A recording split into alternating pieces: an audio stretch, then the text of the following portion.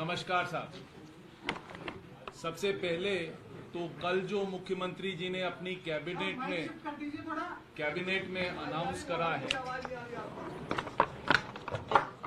कल जो मुख्यमंत्री जी ने अपनी कैबिनेट में अनाउंस करा कि हम 2% वैट कम करें, ये वैट कम करना नहीं हुआ, वैट कम नहीं करा। इनने जो ट्रांसपोर्टेशन कॉस्ट थी वो कम करी है। हर डिस्ट्रिक्ट में इनने कोशिश करी है कि जो भरतपुर हमारे यहाँ सबसे सस्ता है, सस्ता इसलिए है कि भरतपुर में मथुरा रिफाइनरी की पाइपलाइन आई, पाइपलाइन से वहां डीजल और पेट्रोल आता है, सबसे सस्ता भरतपुर है। बट इनसे कल मैंने सोचा था कि भरतपुर जितनी प्राइस में आपको पेट्रोल और डीजल हनुमानगढ़ में भी मिल जाएगा, बट अभी भी हनुमानगढ़ और भरतपुर के अंदर पेट्रोल में 2 रुपए लीटर का फर्क है और डीजल में करीब ₹1.87 का फर्क। तो वो इक्वलाइजेशन फंड भी नहीं हुआ। जो ये कहते थे कि भाई हम ₹5.30 और ₹1.40 तक कम करेंगे, वो भी नहीं कर पाए, क्योंकि मंशा होने। आज हमारा यूपी से धौलपुर, जो कि सबसे पहला स्टेशन पड़ता है भरतपुर से, यूपी से हमारे को डीजल 3 रुपए महंगा अभी भी धौलपुर में मिले, और पेट्रोल हमारे को करीब करीब 10 रुपए लीटर आगरा से महंगा मिलेगा। तो ये पैसा कहां जा रहा है, ये आपके प्रधानमंत्री जी खुद बोल चुके हैं पैसा कहां जा रहा है, ये आप समझ सकते। इसी तरह से पलवल हरियाणा में हमारे को अभी भी 10 रुपए लीटर में पेट्रोल में फर्क है। पलवल हरियाणा में 95.45 है, धौलपुर में 105.35, तो करीब करीब 10 रुपए का यहाँ फर्क है। और पेट्रोल और डीजल के अंदर करीब करीब धौलपुर और हरियाणा के अंदर 2 रुपए लीटर का फर्क है। तो ये तथ्य आपके सामने लाना चाहते हैं। जब से मोदी सरकार बनी, ये सब क्यों हो रहा है, ये भी आपको समझना पड़ेगा। ये हो क्यों रहा है, ये खेल क्या है? ये खेल है कि किस तरह से राज्य सरकारों को पैसा डिवॉल्व नहीं करा, कि उनको पैसा किस तरह से नहीं दिया जाए। ये पूरा पैसा जो मंशा है केंद्र सरकार की, वो मंशा है ये पैसे रखने की मंशा। आपको ये बताना चाहूंगा, 2014 से अक्टूबर 22 तक पेट्रोल पर एक्साइज ड्यूटी 200% बढ़ी। इसी तरह से मार्च 14 से अक्टूबर 22 तक एक्साइज ड्यूटी डीजल पर 600% बढ़ी, सिर्फ 600%, ज्यादा नहीं बढ़ाई। उनका बस चलता तो मेरे ख्याल से 1000% तक बढ़ा देते, बट सिर्फ 600% तक बढ़ाई। अब आप देखिए, जो स्टेट्स को डिवॉल्व होता है, स्टेट्स को क्या पैसा मिलता है, सिर्फ बेसिक ड्यूटी का स्टेट्स को पैसा मिलता है। वो कितना मिलता है? पेट्रोल में सिर्फ 58 पैसे लीटर स्टेट्स को पैसा मिलेगा। कितने में से? 32.90 में से सिर्फ 58 पैसे स्टेट्स को दे रहे हैं, यानी 32.5 रुपया सिर्फ सेंट्रल गवर्नमेंट अपने पास रखती। सेस और एडवलरम ड्यूटी और बेसिक एक्साइज ड्यूटी हटाने के बाद ये सब पैसा 32। तो साहब ये क्या, मोदी जी जो कह रहे थे कि ये रखते हैं, तो आज हम भी ये आरोप लगा दें कि 32 रुपए पैसा मोदी सरकार रख रही, 32 रुपए मोदी सरकार रख रही। इसी तरह से डीजल में आते, डीजल में सिर्फ स्टेट्स को 75 पैसा मिलता है, आउट ऑफ 42.33, यानी 42.33 जो है वो सेंट्रल गवर्नमेंट को मिलते हैं, उसमें से सिर्फ 75 पैसा स्टेट्स को जो जाता है। पिछले साल ये रेवेन्यू थी 4,80,000 करोड़ रुपया, उसमें से स्टेट्स को क्या पैसा मिला आपको पता है? यानी हमारा तो शर्म से सर झुक जाता है, हमें सिर्फ 25,000 करोड़ रुपया मिला है। 4 लाख, आप समझ लो, घटा लो, एक 480 में से 25 मतलब 4,55,00,000 रुपया, सिर्फ 4,55,000 करोड़ रुपया सिर्फ सेंट्रल गवर्नमेंट ने अपने पास रखा।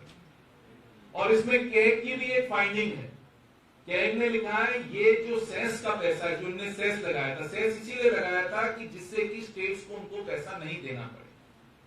सेस की एक फाइंडिंग है, यहाँ एक है ऑयल इंडस्ट्री डेवलपमेंट बोर्ड, उनने ये कहा था यदि आप सेस का जो पैसा है वो ऑयल इंडस्ट्री डेवलपमेंट बोर्ड के पास रखिए, जिससे ये डिविजिबल पूल जो है पैसा इकट्ठा होगा, जिससे ये हम पैसा भारत के अंदर पेट्रोलियम की खोज में, पेट्रोलियम के इंप्रूवमेंट में, एनवायरमेंट फ्रेंडली पेट्रोलियम देने में ये पैसा R&D पर खर्च करेगा।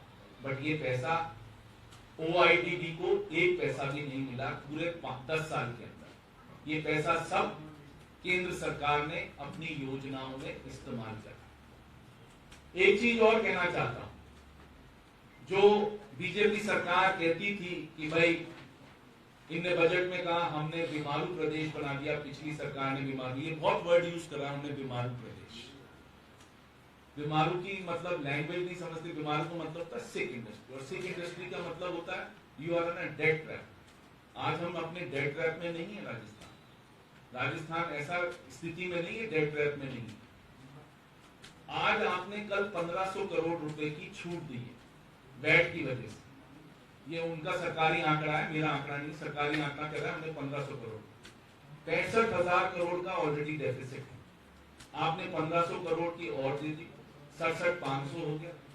आपकी एक्साइज ड्यूटी कुछ दुकानों को आपने 10% के ऊपर बढ़ा के आपने रख दिया, और अभी आपने सिर्फ 3 महीने के लिए बढ़ाई है। जो आपका मेन सीजन होता है अप्रैल मई जून, और जो बारिश का सीजन होता है तब ये सब दुकानें खाली हो जाएंगी। तो उसमें जितना लॉस होगा, जो 15,000 करोड़ की आप रेवेन्यू मानते हो, इसकी एक्साइज ड्यूटी से शराब की आप जो रेवेन्यू मानते हो 15,000 करोड़ की, इस बार उतना पैसा भी आपके पास नहीं आएगा। तो वो जो डेफिसिट था, स्टेट गवर्नमेंट का डेफिसिट था, वही करीब करीब मेरे ख्याल से आज की डेट में करीब 68,000 करोड़ हो जाएगा। और 68,000 करोड़ इंटू आप 500 कर लो, हमने 3 लाख करोड़ का नुकसान देके हम 5 साल में गए थे, तो ये 3 लाख को भी क्रॉस करेगा, क्योंकि आपके पास कोई स्रोत नहीं है जहां से आप रेवेन्यू को बढ़ा सको। आपके पास कुछ भी स्रोत नहीं।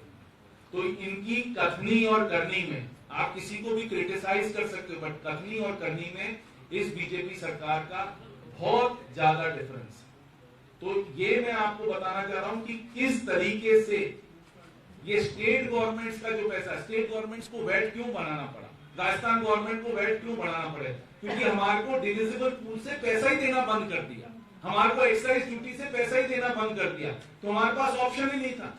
आप करते ना, भजनलाल जी की सरकार कम करते वैट को, मैं तो कहता हूँ 10% और कम कर दो ना, क्या दिक्कत है, ले आओ यूपी के जितना, हमारे को क्या फर्क पड़ता है, करो आप, आपने ताकत होनी चाहिए, बट नहीं कर पाए।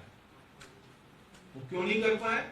क्योंकि ये चीज आप कर ही नहीं सकते हो, आपकी फाइनेंशियल पोजीशन आपको अलाउ ही नहीं कर रही है कि आप ये सब कर सकते। दूसरी चीज, इलेक्शन बॉन्ड्स की जो आपसे मैं बात करना चाहता हूं। अब आप देखोगे रोज व्हाट्सएप मीडिया पे कल से चालू हो गए, अरबिंदो फार्मा पर एमडी पकड़ा गया, 10 दिन बाद उनको बॉन्ड्स दिए।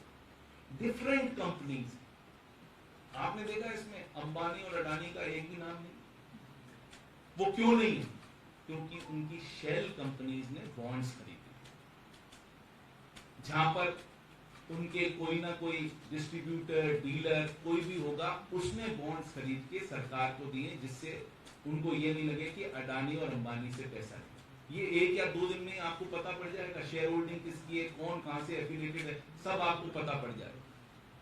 तो आपको ये समझना पड़ेगा कि आज हम जो बात कर रहे हैं, किस तरीके से ये 6,250 करोड़ रुपए सिर्फ एक ही पार्टी को, ऐसा उस पार्टी में क्या था, और किसी को भी नहीं। बाकी को आप सब देखोगे 50% में वो अकेले हैं, और 50% में इतनी सारी पार्टियां, स्टेट गवर्नमेंट से इतनी सारी स्टेट गवर्नमेंट। तो ये आप सबको समझना पड़ेगा, और आप सबको ये पब्लिक को बताना पड़ेगा किस तरह से ये इंस्टीट्यूशनल करप्शन हुआ है। मैं इसको इंस्टीट्यूशनल करप्शन कहता हूं, this is called institutional corruption. किस तरह से ये इंस्टीट्यूशनल करप्शन हुआ है, और हम सबको धन्यवाद देना चाहिए सुप्रीम कोर्ट का कि सुप्रीम कोर्ट ने हिम्मत करी और ये पूरा इलेक्टोरल बॉन्ड्स का खुलासा हुआ, जिससे कि दुनिया को पता पड़ सके कि कौन कितना पानी। तो आप सबका एक बार बहुत बहुत धन्यवाद, आप पधारे, थैंक यू। हमसे हमेशा जुड़े रहने के लिए हमें सब्सक्राइब करें और बेल आइकन दबाएं।